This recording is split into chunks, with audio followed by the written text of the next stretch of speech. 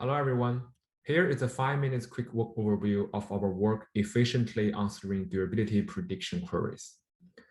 Durability prediction queries are queries that predict how likely it is that a condition will remain over a given duration into the future. To be more concrete, let's see a few examples. So Google is currently the top 3 most valuable tech companies. And what is the probability that Google will remain in its position in the next decades? When testing self-driving cars, engineers would ask, what is the probability that a Tesla in full autopilot mode has no misjudgments within 500 miles during rainy days? It's an important problem, since increasingly we rely on predictive analytics to inform decision-making. It's as well as a very challenging problem.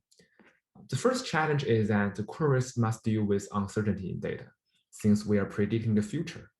Moreover, we also need to take temporal dependence into consideration, which is one of the most important features of temporal data in many domains. The existing work on probabilistic databases mostly would assume data uncertainty is independent across objects. The second challenge is that we do not always have the luxury of building a custom model just to answer specific queries, and we hope for a general purpose procedure that is widely applicable to any query and any model. So in this paper, our approach is to use a general model with which we can simulate possible future states of data, and we use them to answer various types of queries. So we use stochastic process to model the future as probabilistic temporal data.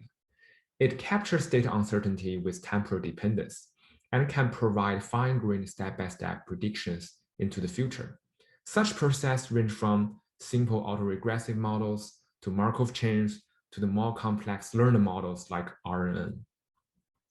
I'd like to clarify upfront that although we are studying predictive queries and we use stochastic process to model the future, this is not a learning paper. It's not about how to build a good model to better represent the future. It's not about training a model to answer predictive queries neither. Instead, we assume that a good model of the probabilistic temporal data is given to us, and we focus on how to use it to answer durability queries efficiently. And more specifically, we would use sampling and simulation to statistically answer the queries. We propose novel and efficient sampling-based techniques for query answering. Formally, for durability queries, there are 2 main parameters, a time threshold T and a value threshold V. A query would ask for the probability of the process reaching the value threshold before time T. As mentioned earlier, we would use sampling to answer durability prediction queries.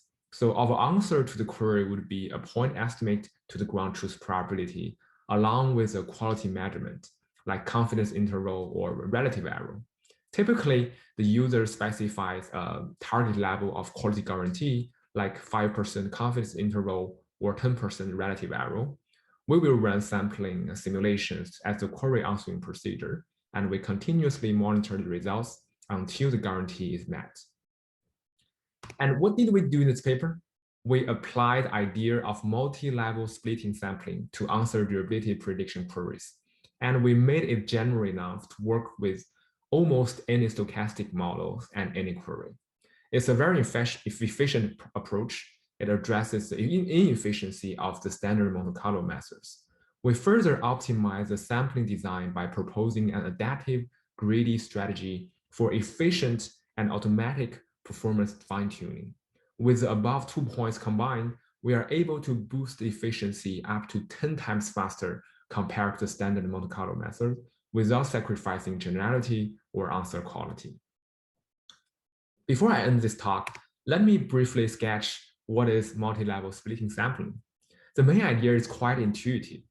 If directly reaching the value threshold is hard, we would instead set a series of intermediate goals, which are relatively more feasible. We encourage those sample passes that reach those milestones by allocating more simulation resources to explore further.